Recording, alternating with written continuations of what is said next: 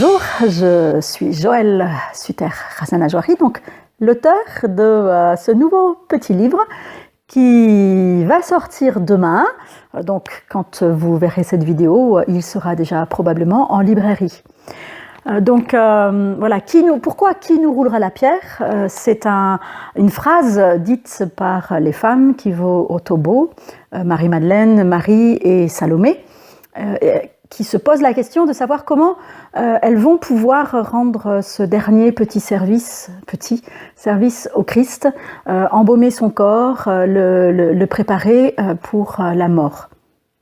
Elles craignent d'être empêchées de vivre cela à cause de cet obstacle qui est là, et donc elles se posent cette question: qui nous roulera la pierre, en pensant évidemment trouver des hommes, des êtres humains masculins avec quelques beaux petits muscles, un petit peu de testostérone pour éliminer cet obstacle devant elles. Elles ne savent pas que la pierre a déjà été roulée, que c'est l'œuvre de Dieu. Et à partir de là, je réfléchis sur la condition des femmes, sur l'espérance aussi que trop souvent les femmes mettent dans leurs homologues masculins dans les églises au lieu de s'appuyer sur Dieu, sur ce que Dieu a fait pour elles. Suite à la première rédaction de ce livre, j'ai créé un blog qui au début s'appelait « Qui nous roulera la pierre » et qui aujourd'hui porte le beau nom de « Servir ensemble ». L'objectif de ce blog, comme de ce livre, c'est de permettre à chacun, à chacune de réfléchir sur qui on est en Dieu, qui on est aussi dans sa propre vie et qui on est dans l'Église. Les deux ne sont pas la même réalité, mais forment pour moi comme un ensemble. Aujourd'hui, c'est sûr, le blog va beaucoup plus loin que le livre.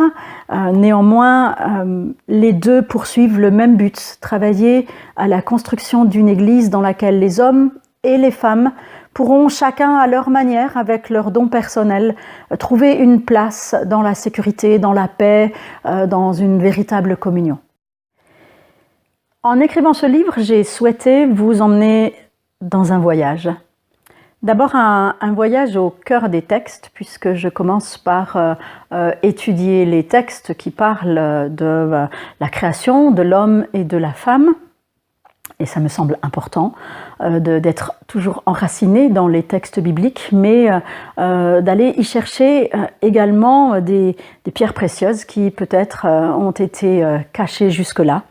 Dans un voyage, il y a toujours des temps de découverte, des temps de nouveauté, des temps d'émerveillement, et j'ai moi-même été émerveillée de découvrir certaines pépites dans les textes bibliques, notamment dans Genèse 1, 27.